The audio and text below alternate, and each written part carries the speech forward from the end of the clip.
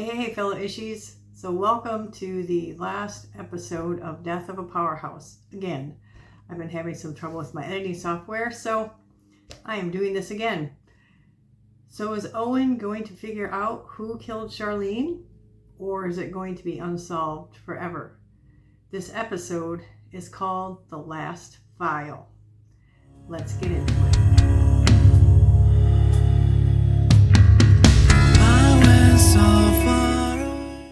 By the time the final file reached my desk, I had abandoned the comforting notion that truth arrives all at once like a bolt of lightning.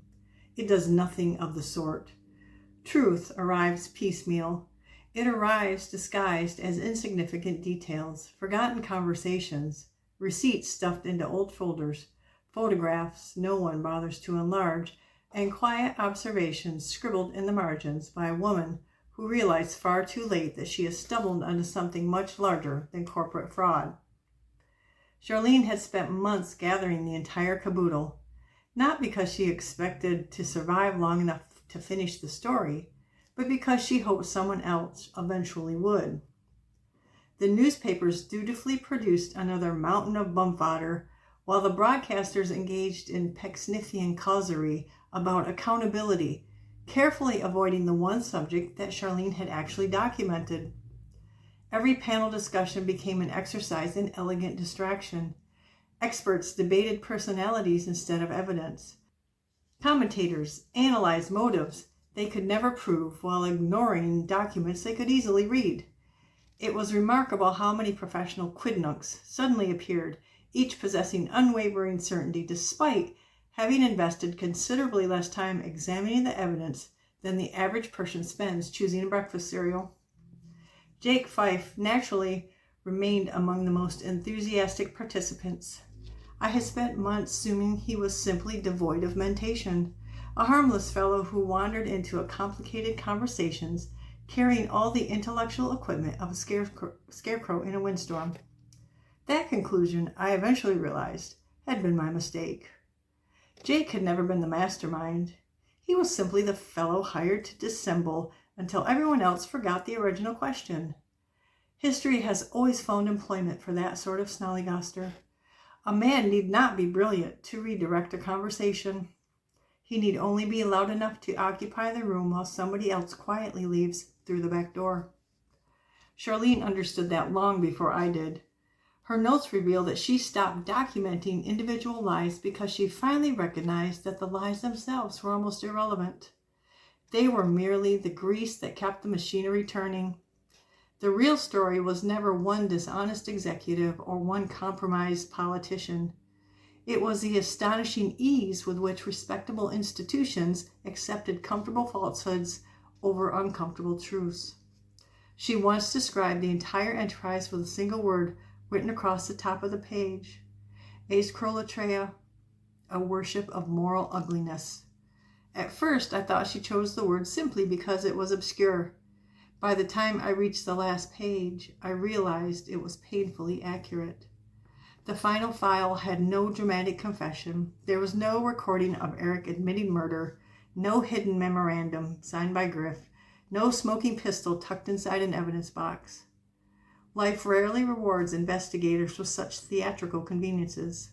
Instead, Charlene left something infinitely more frustrating. She left chronology. Hundreds of photographs arranged by date, location, and event. International conferences gave way to policy summits. Mining negotiations dissolved into charity galas. Diplomatic receptions blurred into corporate retreats. And through every passing decade, one figure appeared with unnerving consistency. Velkrain was never the center of attention.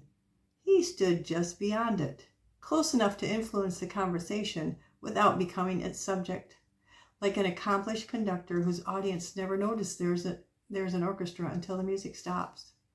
Charlene had enlarged dozens of those photographs, marking them with tiny handwritten observations. Most were perfectly ordinary. Met with Griff, Eric arrived late, private dinner afterward. Then scattered almost apologetically among the practical notes came strange remarks. Looks exactly the same. Different decade? Find earlier photograph. She challenged every conclusion she reached, crossing out sentences almost as quickly as she wrote them, as though arguing with herself before anyone else had the opportunity. She anticipated every skeptical objection I would eventually raise and answered it before I could think of it. Lighting, camera angle, family resemblance, coincidence, faulty memory. Every explanation occupied its own page, each one carefully considered before she reluctantly wrote beneath them, "Every explanation works, none satisfy." People often imagine conspiracies require extraordinary intelligence. They do not.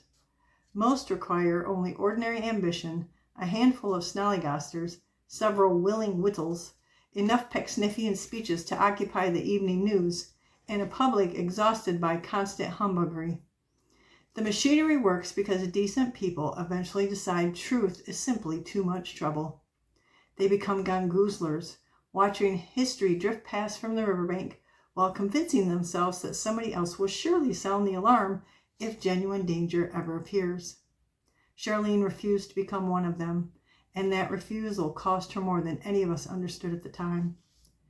Near the bottom of the final folder, I found a transcript of Charlene's last meeting with Griff. The conversation itself was almost disappointingly ordinary. They discussed contracts, travel schedules, investors, and the endless fandangles that accompany people who confuse complexity with importance. Yet Charlene had circled one exchange. "You're asking questions that won't help anyone," Griff allegedly told her. Beneath those words, Charlene had written only 2 of her own. Help whom? I stared at that page for a long time because I suddenly understood why she'd begun keeping the insurance folder. It was never intended to accuse one individual. It was designed to preserve memory itself. Charlene feared that if enough influential people simply repeated the same story, reality would eventually surrender. Memory, after all, is remarkably fragile when surrounded by confident voices. Then I opened the final photograph. It had never been copied.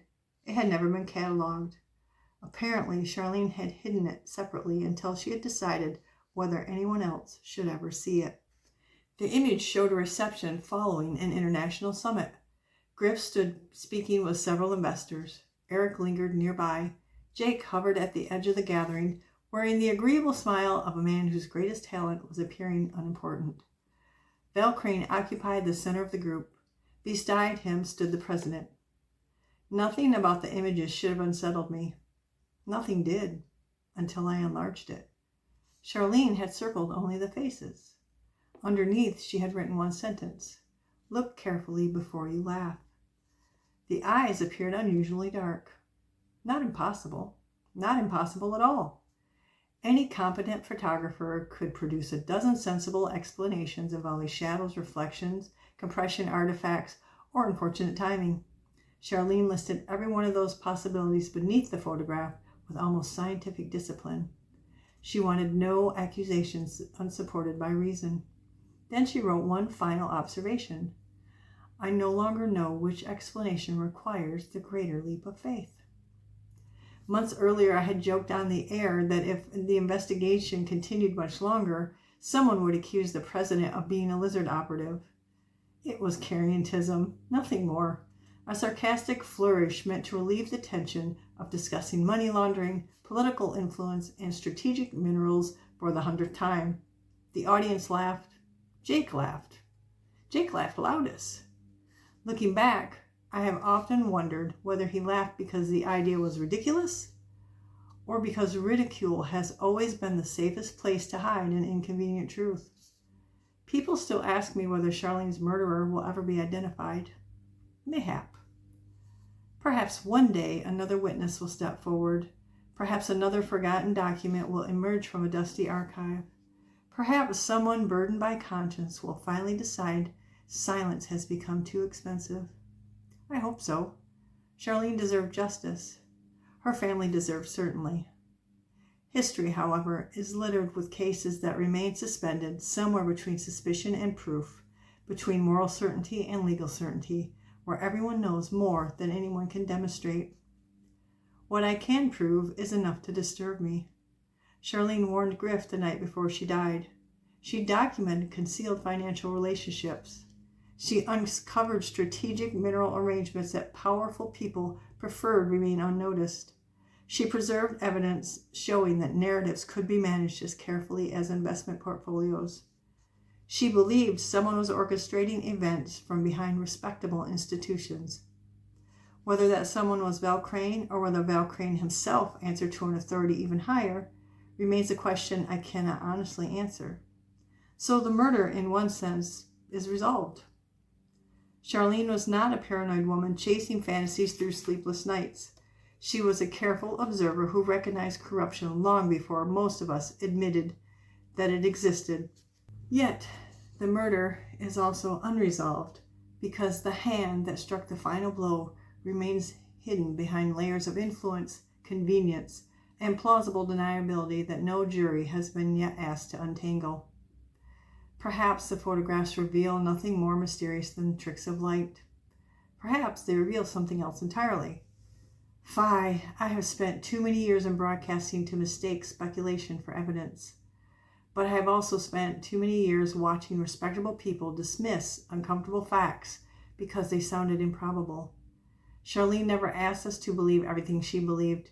She asked us to keep looking. And sometimes the most dangerous thing in the room is not the monster everyone imagines. It is the smiling face that never seems to leave the picture. Well, that is the end. I would say it is slightly unsatisfying. In case you didn't know, this is from things taken from the Charlie Kirk investigation or lack of investigation. Tyler Robinson's preliminary hearing was last week. And there are still people out there that, even though I thought that was kind of fitting, even though, because I wrote this weeks ago, that even though they're showing that there is no evidence for certain things, that there are people out there going, yeah, there's evidence. And it's just like, are we looking at the same thing here? At any rate, I hope you enjoyed it. And next time, I hope to get back to talking about words. I was listening to a podcast the other day, so I have a whole another list of things that I intend to research. And I will see you next time.